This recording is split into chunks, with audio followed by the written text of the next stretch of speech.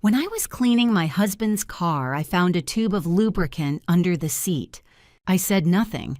I just replaced it with glue. What happened next made strangers call an ambulance. Good day, dear listeners. It's Briella again. I'm glad you're here with me. Please subscribe to my channel and like this video. And also let me know in the comments which city you're listening from. That way I can see how far my story has traveled. I used to think I had the kind of marriage other women envied. That thought feels almost funny to me now. Not the warm, nostalgic kind of funny, but the sharp kind that cuts on the way out. Because I did think that. For 14 years, I genuinely believed that Daniel and I had built something real, something sturdy. We had a house in a quiet suburb outside of Columbus, Ohio. Brick front, 2-car garage, a backyard where our dog, Biscuit, liked to sleep in the sun. We had a daughter, Lily, who was 11 and obsessed with horses and strawberry ice cream. We had routines, inside jokes, a shared language built from a decade and a half of living side by side. I thought that meant something. I thought it made us safe. Daniel was a regional sales manager for a medical supply company. He traveled for work, not constantly but regularly. 2, sometimes 3 trips a month, Chicago, Atlanta, Philadelphia. I never questioned it. Why would I? He always came home. He always brought Lily a little souvenir from wherever he'd been. A keychain, a magnet for the fridge, once a tiny snow globe from a hotel gift shop in Detroit. He was a good father. I told myself that mattered most. I worked part-time as a dental hygienist at a practice 20 minutes from home. My schedule was flexible enough that I was always there when Lily got off the school bus. I coached her soccer team on Saturday mornings. I made dinner most nights. I was, by any reasonable measure, a functioning, present, invested wife. I wasn't perfect, but I was there. The first sign was so small I almost didn't register it. It was a Wednesday in early October. Daniel had come back from a 3-day trip to Cincinnati, or so he'd said, and I noticed when he set his phone face down on the kitchen counter that he picked it back up almost immediately. Not to check it, just to move it, to keep it close. He'd never done that before.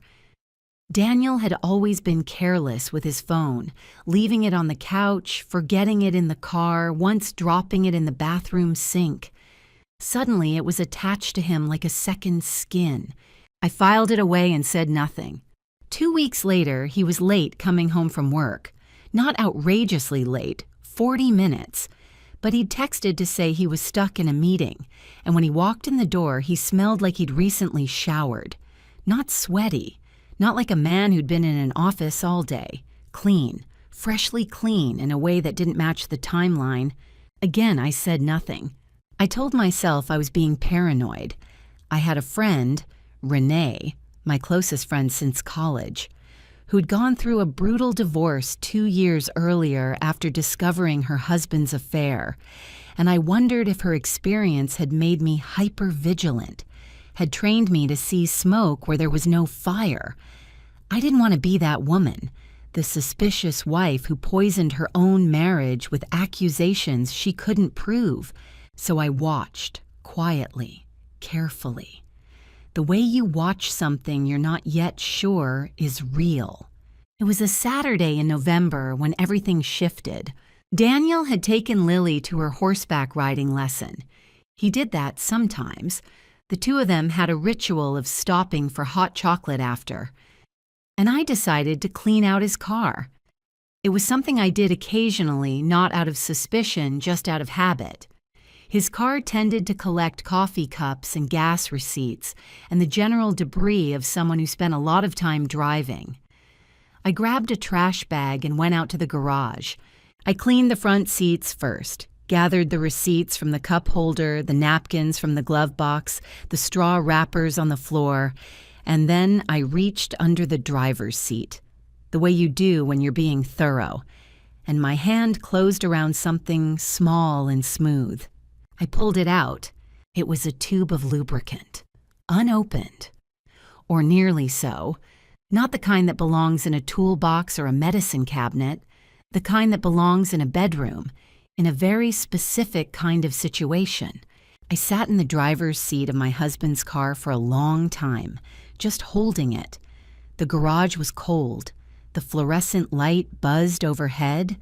Biscuit scratched at the door to the house, wanting to come in, and I didn't move. I thought, maybe there's an explanation. I thought, there is no explanation. I set the tube back exactly where I found it. Exactly. I memorized the angle, the position, the way it sat in the dust. Then I went inside, washed my hands, and started making lunch like nothing had happened. But before I went back in, I took the tube out one more time. I went to the shelf in the garage where Daniel kept his workshop supplies. I found what I was looking for. I added it to the tube. Carefully, quietly. Replaced the cap. Put it back. I didn't feel rage in that moment. I didn't feel satisfaction either. I felt cold. Completely, terribly cold.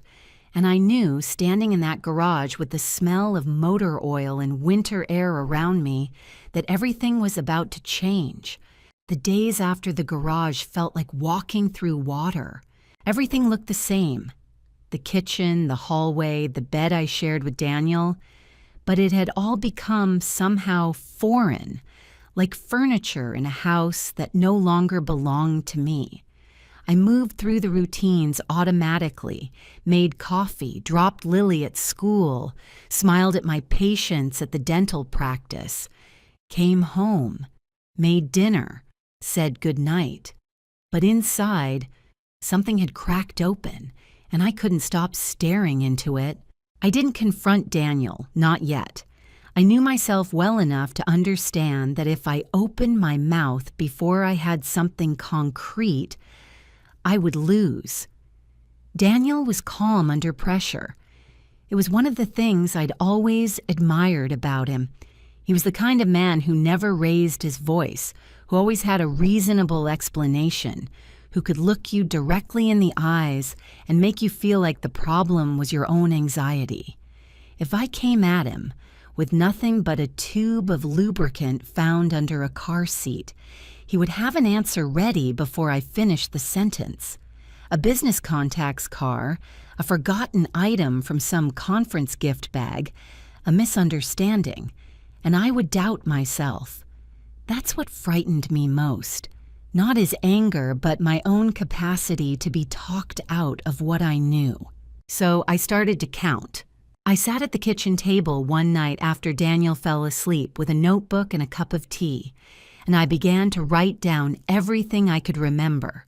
Every late return, every shower at the wrong time, every business trip I'd never verified, every moment his phone had been turned over or taken to another room, every time the intimacy between us had shifted, grown distant, then briefly intense, then distant again in a pattern I now recognized as guilt cycling.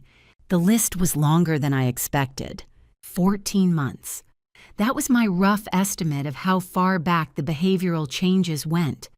14 months of small wrongnesses I had absorbed and explained away.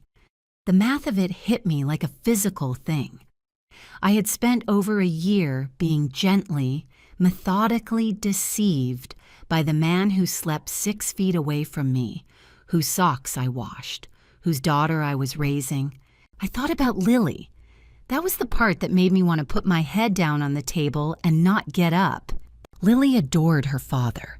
She was at that age where daughters and dads have something almost sacred, a language of inside jokes and shared rituals, a bond that I had always been grateful existed.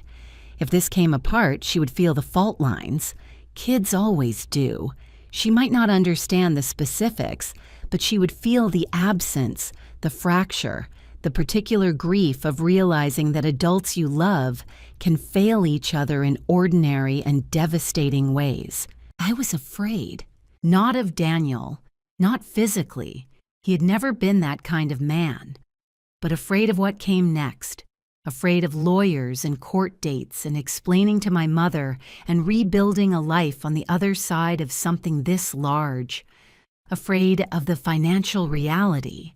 We had a joint mortgage, joint accounts, a retirement fund we'd been building together since our late 20s. Afraid that I was 41 years old and I did not know how to be alone, but I also knew myself. And I knew that the only thing worse than the fear of acting was the certainty of what would happen if I didn't. So I made a decision, not an impulsive one, a cold, deliberate decision. I would not explode. I would not cry and accuse and demand. I would gather information. I would document everything. And I would find out who she was.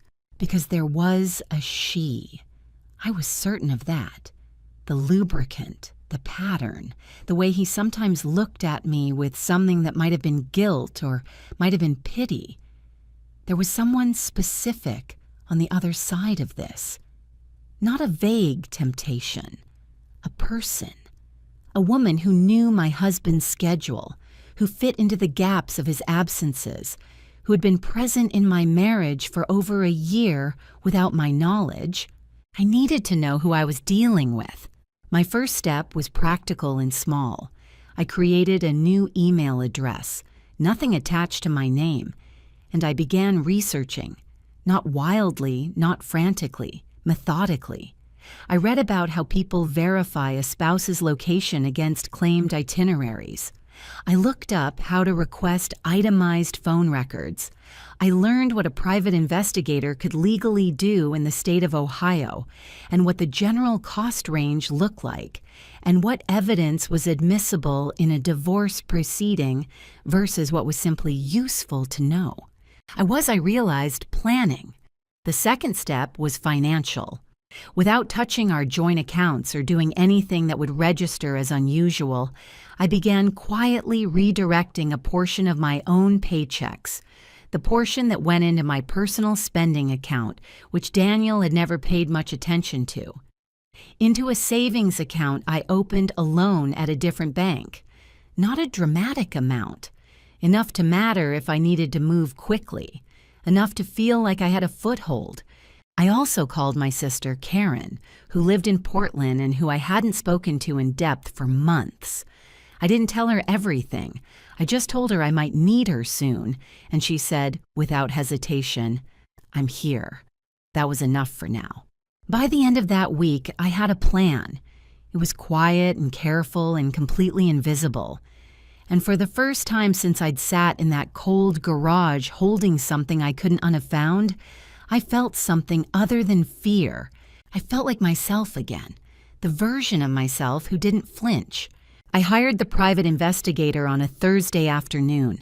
His name was Glenn Marsh, and he operated out of a small office above a tax preparation firm in a strip mall on the east side of Columbus.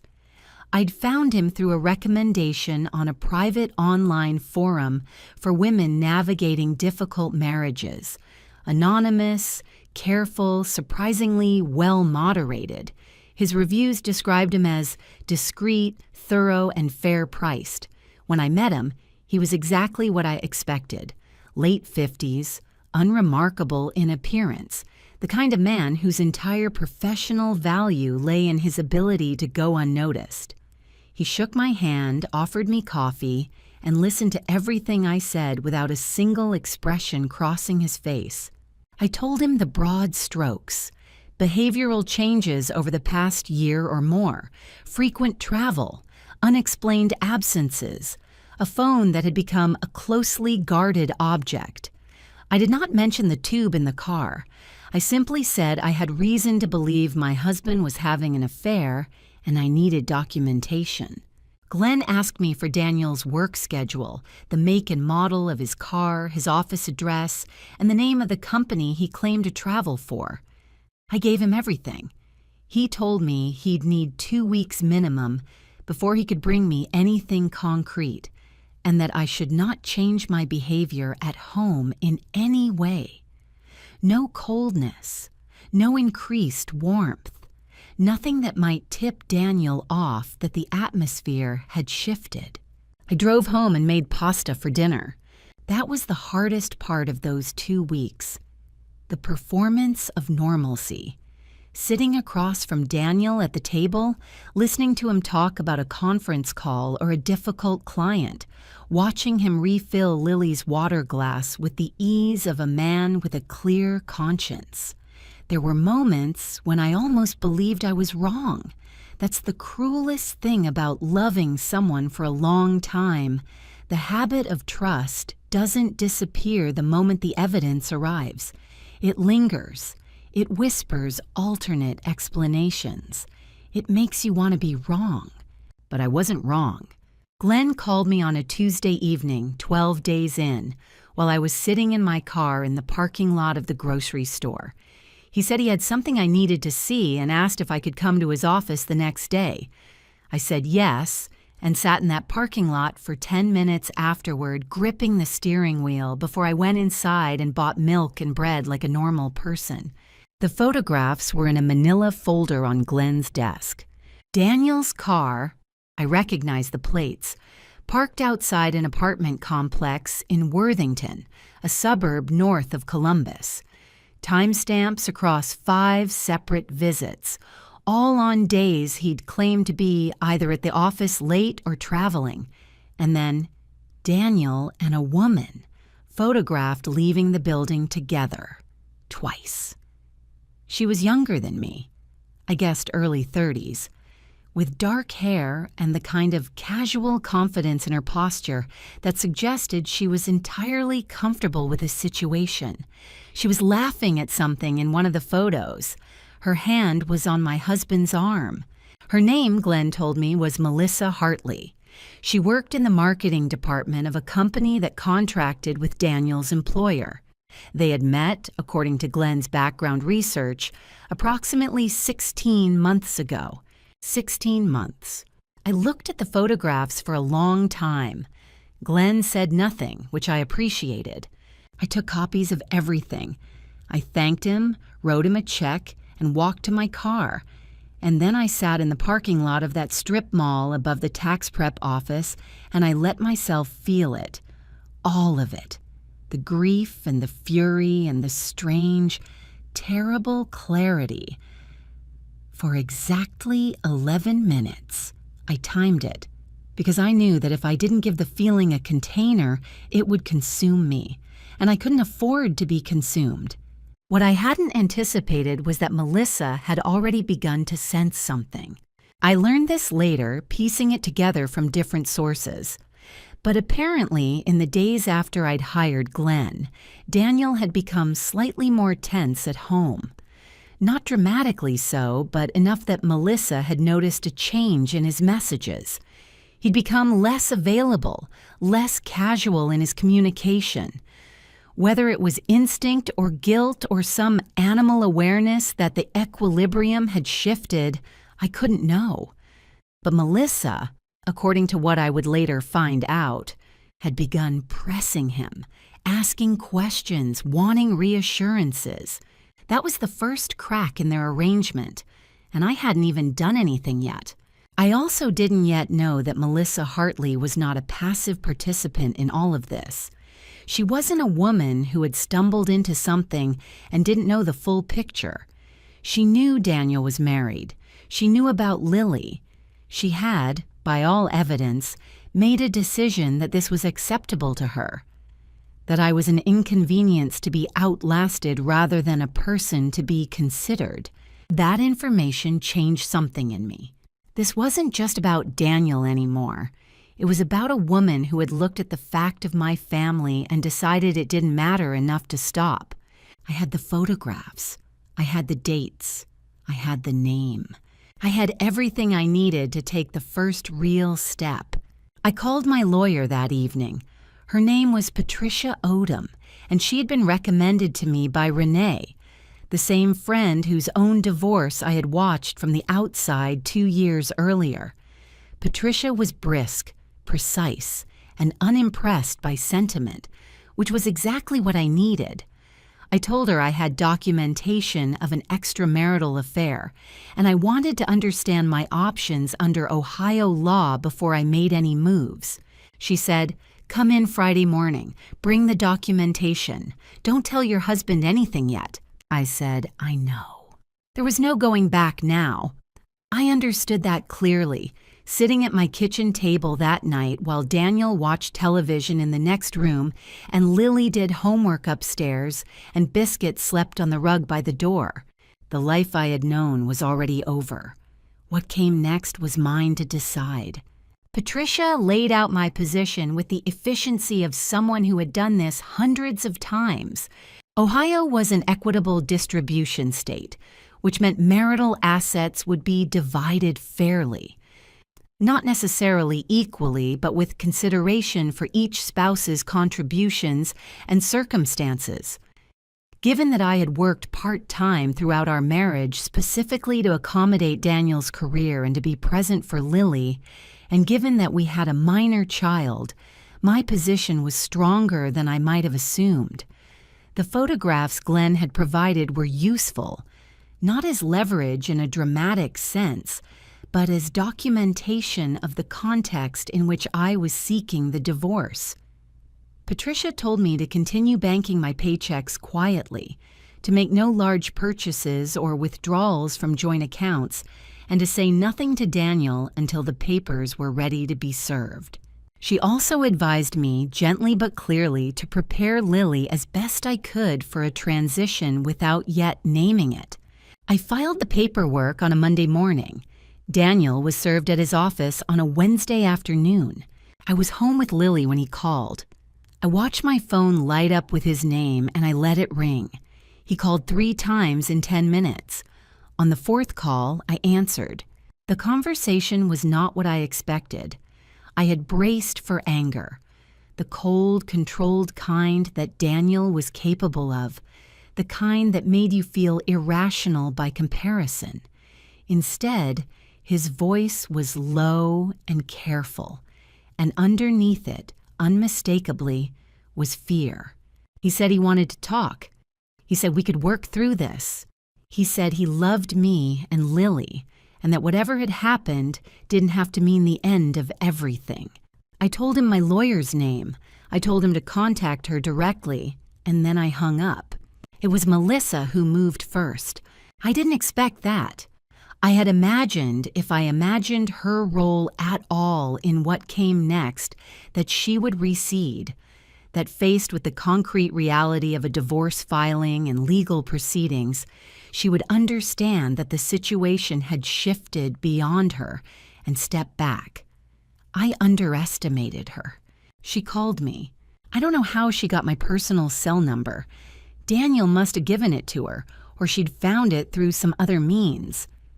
The call came on a Thursday evening while I was helping Lily with a history project at the kitchen table. I excused myself and stepped out onto the back porch. Melissa Hartley's voice was not what I expected. It was measured, almost pleasant, the voice of a woman who believed she was in a position of confidence. She said she understood that I was going through something painful and that she respected that.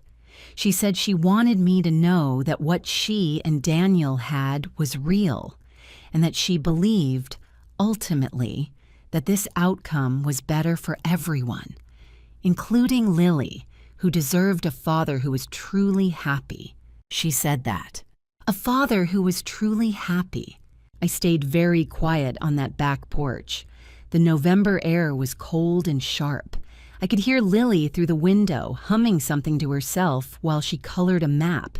I told Melissa that I had received her message and that she would be hearing from my attorney if she contacted me again.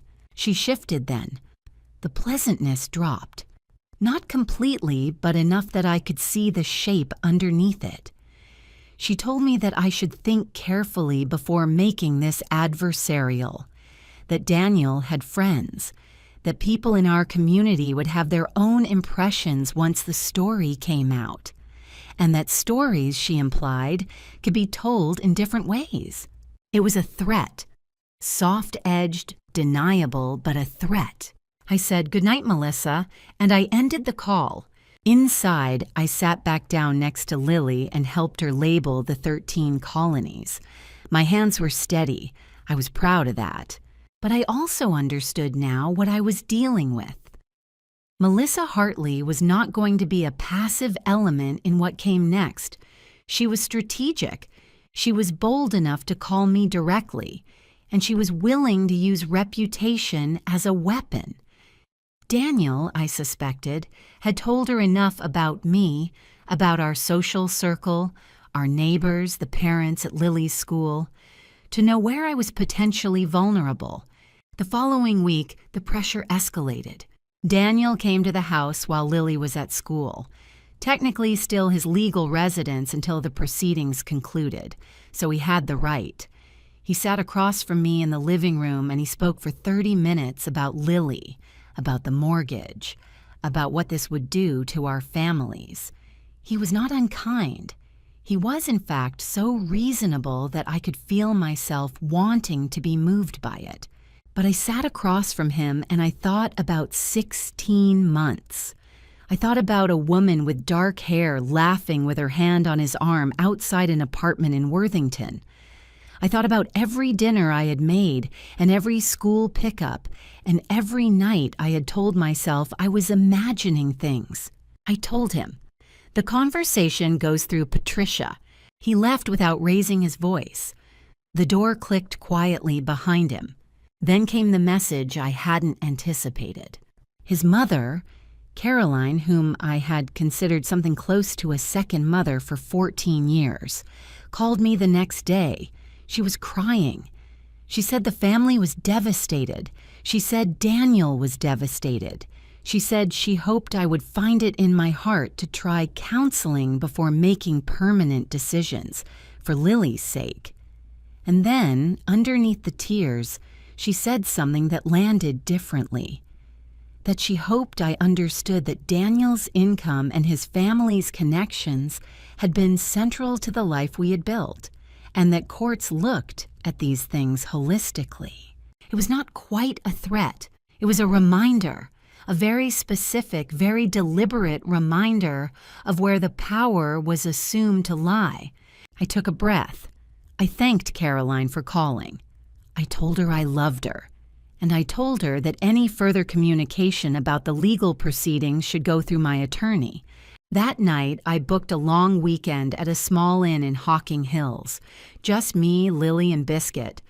No phone calls, no strategy, no performance of normalcy.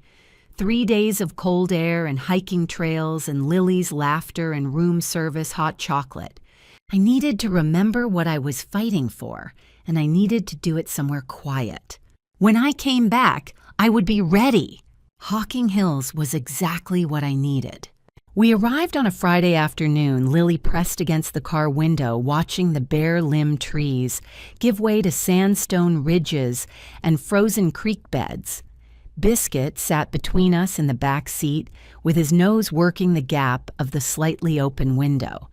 The inn was small and warm, run by a couple in their 60s who gave Lily a handmade dog biscuit for Biscuit and a cup of cider for me without being asked. I stood in the small lobby with its wood-paneled walls and its faint smell of pine and coffee, and felt something loosen in my chest for the first time in weeks. We hiked the next morning, Conkle's Hollow, then a longer trail that wound through the gorge, frost still clinging to the rock faces in the shadows. Lily ran ahead on the flat parts and grabbed my hand on the icy bits, narrating continuously about her friend Jade's new horse, about a disagreement in her social studies class, about whether penguins could technically survive in Ohio if a person made a very large, very cold pond. I listened. I laughed. I felt like her mother in the uncomplicated way I hadn't felt in months. That night, she fell asleep watching a movie, and I sat on the inn's small porch in a heavy blanket with a glass of wine, listening to the dark.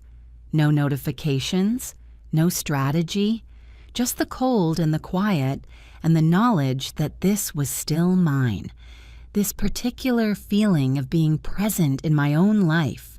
But the world did not stop while I rested. I found this out when I returned home Monday evening. There were 2 voicemails on my cell phone. The first was from Patricia, brief and professional. Something had come up that she wanted to discuss. Nothing urgent, call when I was available. The second was from a number I didn't recognize.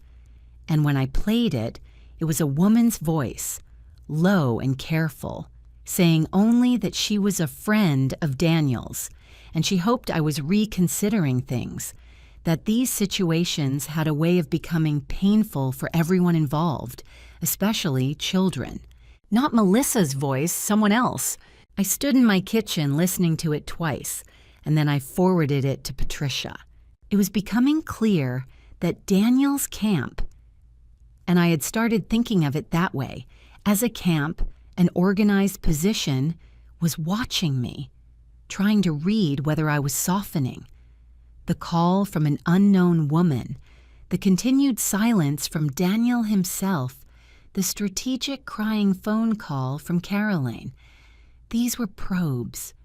They wanted to know if I was weakening.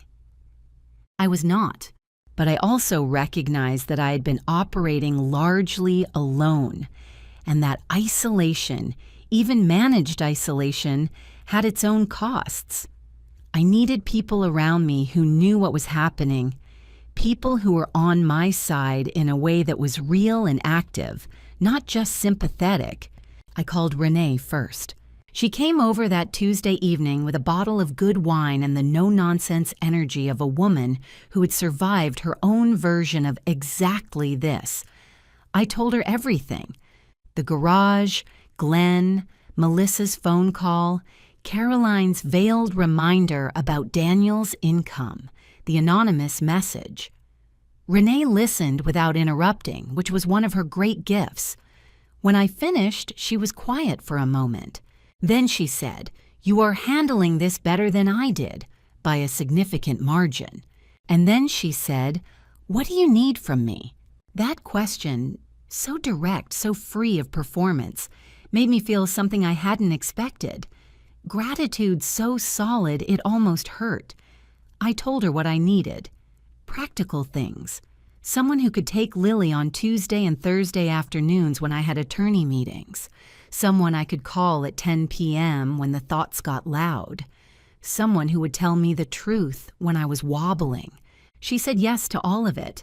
I also called my sister Karen in Portland. I gave her the full picture this time, not the vague preview I'd offered weeks earlier. Karen was a pragmatist. She'd worked in family law for 6 years before switching to corporate work. And she walked me through what to expect emotionally and practically over the coming months. She also said something that I wrote down in my notebook afterward. The people trying to exhaust you are counting on the fact that you're fighting alone. Stop letting that be true. She was right. I reached out to 2 more people that week.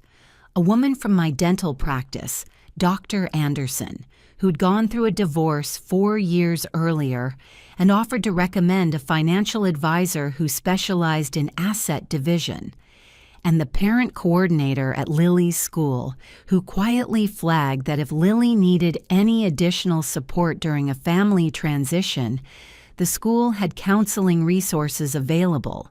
By the end of that week, I was no longer alone. I had a structure. Legal, financial, emotional, practical. Each piece in its right place. Meanwhile, I could tell that my lack of response to their pressure was frustrating Daniel's camp. Patricia mentioned that his attorney had reached out twice about the possibility of mediation. Not an unreasonable request in itself, but the timing and frequency of it suggested impatience.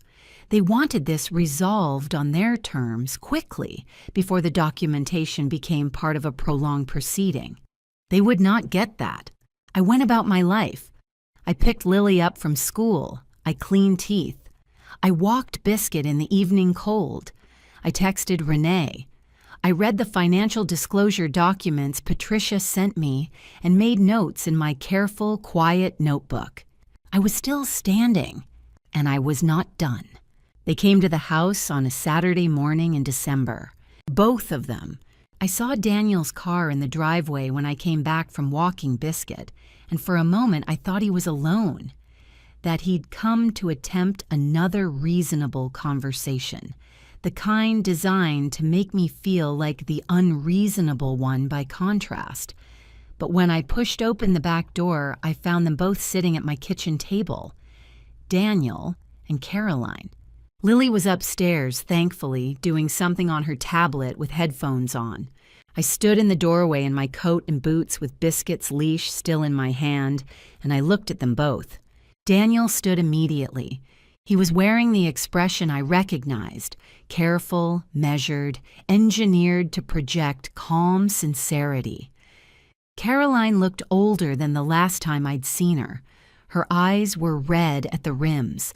She was holding a handkerchief, actually holding it, which was such a Caroline gesture that it would have moved me once. Daniel said he was sorry for coming unannounced.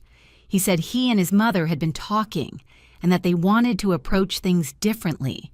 He said the word family 3 times in the first 2 minutes. I took off my coat. I poured myself a glass of water. I sat down at the head of the table and I let him talk. The pitch was sophisticated. I'll give them that. They were not stupid people. The framework was this. Daniel had made mistakes. He acknowledged it. He said it clearly. But the marriage could be repaired with the right support. He wasn't asking me to forget. He was asking me to consider what a divorce would truly cost. Not financially, but humanly. Lily, the extended family, the community we had built together. He'd already spoken to a couples counselor, he said. He had a name. He could set up an appointment this week. All I had to do was be willing to try. Caroline took her cue. She reached across the table and put her hand over mine, and she said that she had prayed about this and that she believed families were worth fighting for, and that she was asking me, as a mother, as a woman who had loved me like a daughter, to pause before doing something that couldn't be undone. It was objectively a very good performance, and I won't pretend that it touched nothing. Something in me that still loved the idea of what we had built registered the warmth of Caroline's hand and felt the pull of it. The old life, the familiar shape, the version of the story where this had all been a terrible mistake that could be walked back. But then I thought about 16 months, about Melissa Hartley's voice on my back porch telling me that my daughter deserved a happy father, about the anonymous phone message, about the photograph of the woman laughing, her hand on my husband's arm. And I thought about something Patricia had told me in our last meeting. They're not coming to reconcile. They're coming because the discovery process starts next month, and they'd like this over before your attorney can request financial records. I looked at Caroline's hand on mine. I looked at Daniel's careful face. I said, I appreciate you coming. I understand what you're asking. Then I said, the answer is no. Everything goes through Patricia Odom. If you contact me outside of that channel again, I will document it and provide it to my attorney. The shift was immediate, not explosive. Daniel would never allow himself something so ungoverned in front of his mother, but visible. His jaw set. His eyes changed in a way I recognized, a way I had only seen a handful of times in our marriage.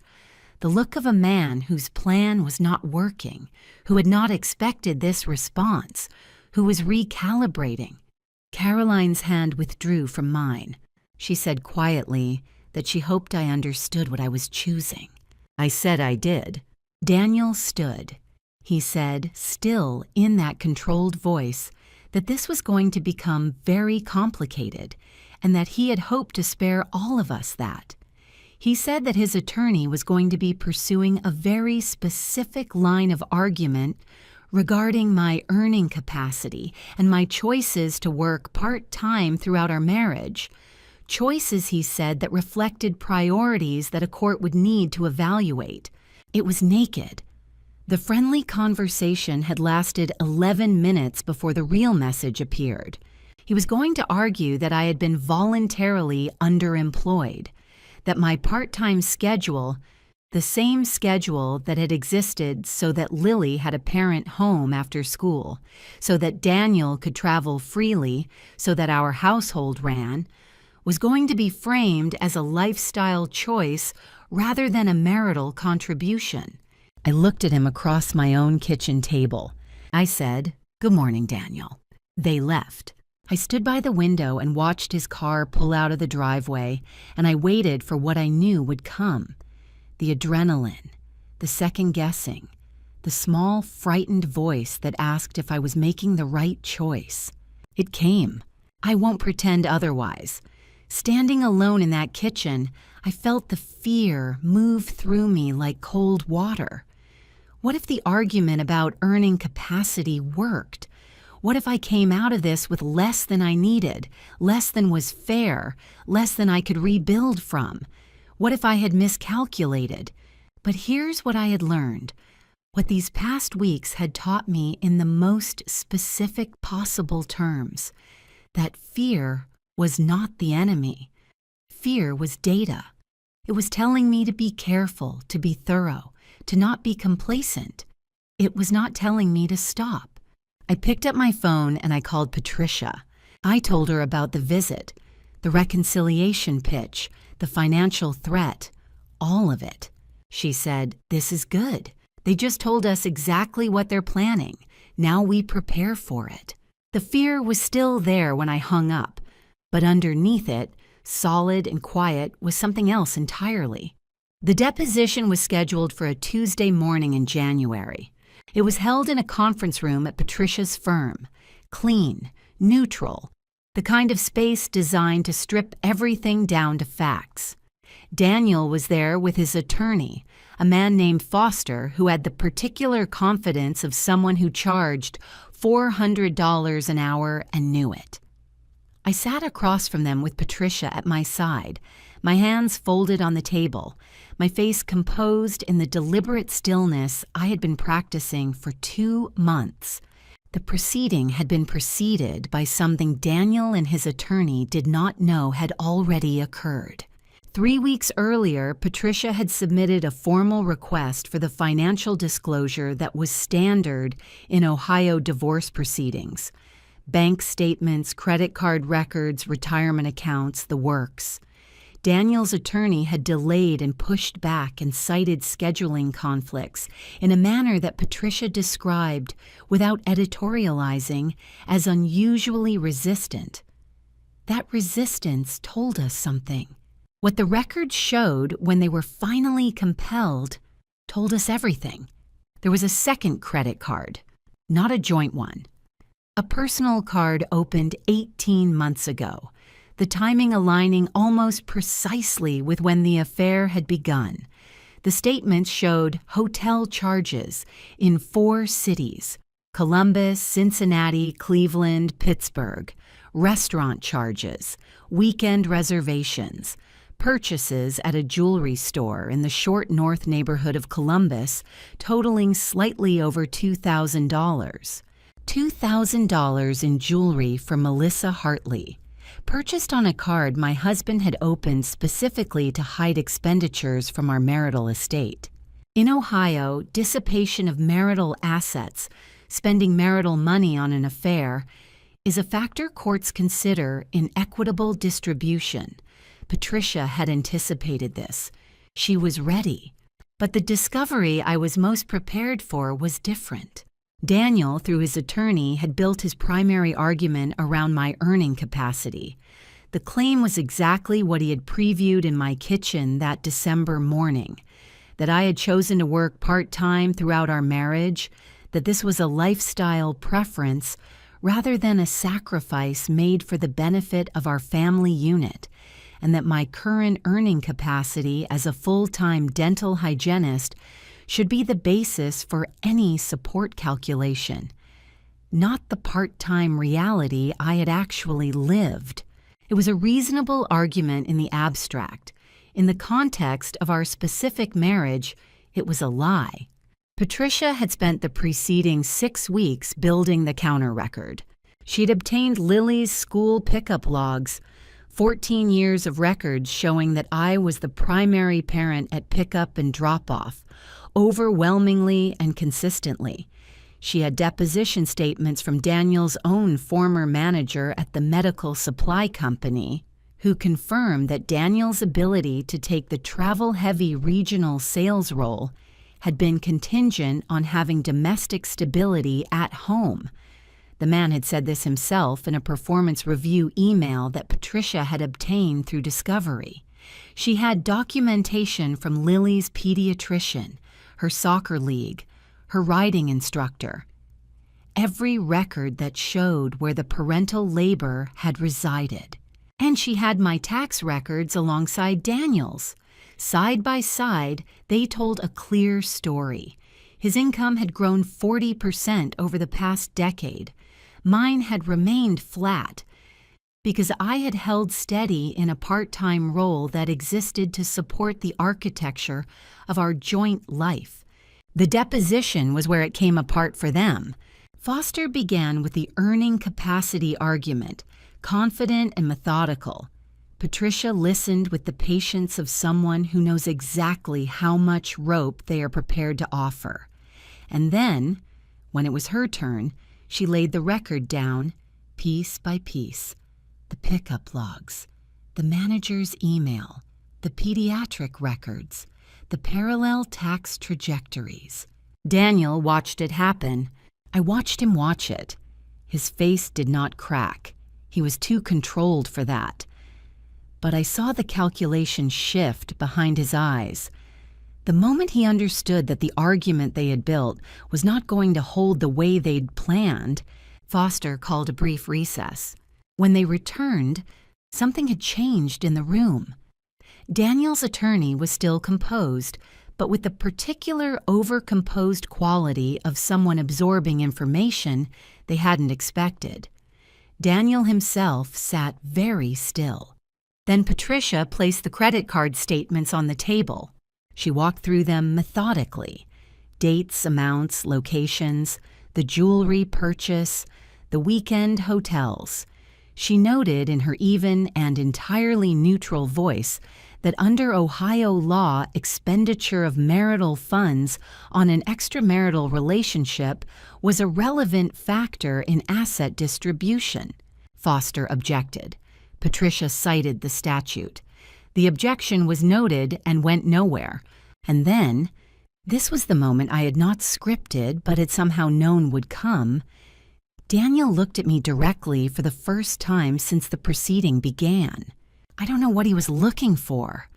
An expression of triumph, maybe, or grief, or the particular look of a woman who wants to be talked out of something. Some signal that I was still reachable. I gave him nothing. Not coldness, not anger, not satisfaction, just steadiness. The face of a woman who had made her decision 11 weeks ago in a cold garage and had not wavered since. He looked away. Foster asked for another recess. This time, he and Daniel stepped into the hallway together. Patricia leaned over to me and said very quietly, "They're going to propose a settlement." She was right. They were back in 12 minutes with a revised position. Not what we had initially demanded, but significantly closer to it than Foster's opening numbers had been. The asset division, the support structure, the parenting arrangement, all of it shifted in a direction that acknowledged the reality Patricia had documented. I did not accept it that day. We took it under advisement. But both Patricia and I knew, walking out of that building into the gray January air, that the fundamental shape of what came next had been decided. The ground had shifted. It had shifted because I had spent 11 weeks building the case instead of the confrontation, because I had let them think I was isolated and afraid while I was actually preparing. Because I had learned in the hardest possible way that the quietest moves are sometimes the most powerful ones. The final settlement was signed on a Thursday in late February. Patricia walked me through every line before I put pen to paper.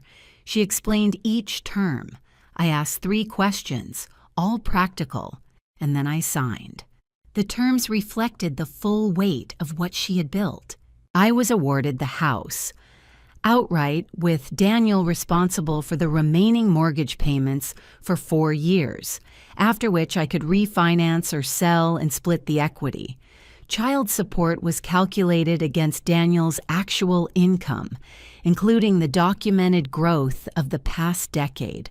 Spousal support was awarded for 6 years, acknowledging the 14 years of domestic contribution and the earnings trajectory I had sacrificed. Foster had argued voluntary underemployment. The record Patricia had built made that argument untenable. The retirement accounts were divided equitably. The joint savings were divided. The second credit card's expenditures, the hotels, the restaurants, the $2,000 in jewelry from the short north, were factored in as dissipation of marital assets, which reduced Daniel's share accordingly. He left our marriage with his car, his personal savings, and the debt on the card he'd opened for Melissa Hartley. There was one more piece. I had compiled the evidence of what I knew about Melissa and written a single factual letter to HR at her company. No inflammatory language, only documented facts and timeline. I sent it and did not follow up. What happened internally between Melissa and her employer was not my responsibility. I had only provided accurate information to a relevant party. Daniel moved into an apartment in Worthington. Melissa did not follow. Whatever had burned so brightly in secret found ordinary air less hospitable. I noted it without celebration. Caroline stopped calling after the signing. I sent her a handwritten note saying I was grateful for the years she'd been part of our family. I received no reply. That was its own kind of answer. The morning after the signing, I woke in my own house. In the bedroom, I had repainted deep blue-green, a color Daniel would never have chosen. Biscuit slept at the foot of the bed. Light came through the curtains, thin and cold and still somehow promising. I made coffee. I stood at the kitchen window and looked at the backyard, winter bare, but with something waiting beneath the soil. I had already called the landscaper about the garden beds along the back fence. Dahlias, dozens of them. I stood there with my coffee and I thought, I did this. Not perfectly, not without fear, but I did it. And I was still here. Spring came, and with it, a version of my life I hadn't been able to imagine 8 months earlier. I went back to work full-time in March. It was a practical decision as much as anything, but it turned out to be something more. There's a specific pleasure in discovering that you are competent on your own terms, that the skills you have are real and sufficient, that you can stand in a room and know your own value without calculating it in relation to someone else's. I had forgotten that feeling. I had it now. Dr. Anderson had a full-time opening at the practice. I switched to 4 longer days instead of 5 shorter ones, which meant Lily was only at after-school care on Tuesdays and Thursdays. She'd made friends with 2 girls there who shared her obsession with animals. On the days I picked her up, she got into the car still talking. I enrolled in a weekend continuing education course in June, Advanced Periodontal Care, which I had always been interested in but never made time for. It felt small and large at once, the way things do when they represent a choice that is entirely yours. I planted the dahlias in late May, 43 of them in 4 varieties along the back fence. By August, they were extraordinary, tall, bright, almost absurdly abundant. Lily photographed them obsessively and sent the photos to my parents. My mother framed one. Lily had a hard spring. She was quieter than she had been, and there were nights she came to my room and climbed into bed without saying anything. I let her. But she also placed third in her first equestrian competition. Announced it from horseback with luminous, uncomplicated joy I will not forget. She filled 3 notebooks with a story about a girl and a horse. She made the honor roll. In June, we got a cat named, by her sole determination, Archimedes. Daniel and Melissa lasted approximately 4 months past the signing. What makes an affair feel electric doesn't survive the transition to ordinary life. Melissa was no longer at her company. The HR review had uncovered conduct violating conflict of interest policy, and she had resigned in March. Daniel was in his Worthington apartment seeing Lily on the established schedule. He was, by all evidence, not particularly happy. I didn't spend much time thinking about it. Caroline had stopped speaking about the divorce at family gatherings. That, too, struck me as its own quiet justice. By September, I had dinner twice with a man named Patrick. Structural engineer, dry humor, no agenda. I told him I wasn't ready for anything more. He said that was fine and meant it. That conversation made me feel like I had landed somewhere real. I was not entirely healed. There were nights the anger returned, close and sharp. There were moments I missed the weight of 14 years, the long familiarity that is its own kind of love. But the grief was mine, in my house, in my life. It was not running me. I was running it. And that, I understood, was what winning actually looked like. I'm not a saint. I'm not a cautionary tale either. I'm a woman who found something she wasn't supposed to find and decided that the truth was worth more than the comfort of pretending. The thing nobody tells you is that the hardest part isn't the anger. It's staying quiet long enough to think. It's choosing strategy over reaction, evidence over emotion, the long game over the satisfying outburst. If I could leave you with one thought, it's this: you are more capable than fear tells you. So, what would you have done in that garage? Tell me in the comments. And if this story stayed with you, I'd be grateful if you'd share it. Thank you for listening.